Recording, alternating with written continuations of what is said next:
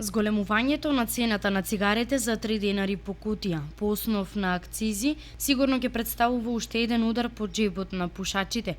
Иако се работи за мал пораст на цените, сепак на подолг период гледано и во големи количини.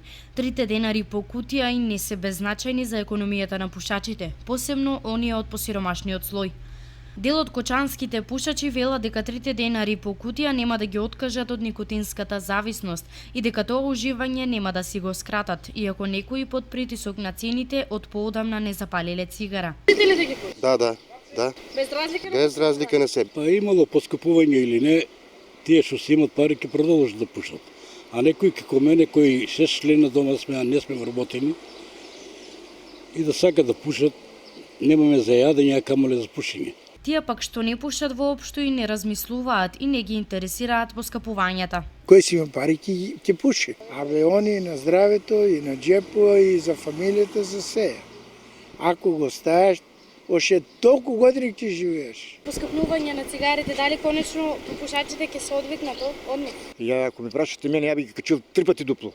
Вие сте не пушач. Не пушач сум, бег пушач, ама сега сум не пушач. 3 пати дупло не ќе качат. На кој му стои луксус, не е потреба. Последното поскапување на цигарите беше спроведено во февруари, кога цената на кутија цигари се зголеми за 5 денари. Јулското ќе биде последно поскапување на цигарите за 2016 година, но секоја наредна година се предвидени поскапувања за по 4 денари за кутија. Инаку треба да се знае дека пушачите во Македонија дневно за цигари даваат по околу 270.000 евра, или на годишно ниво за никотинско задоволство или зависност се издвојуваат по близу 100 милиона евра.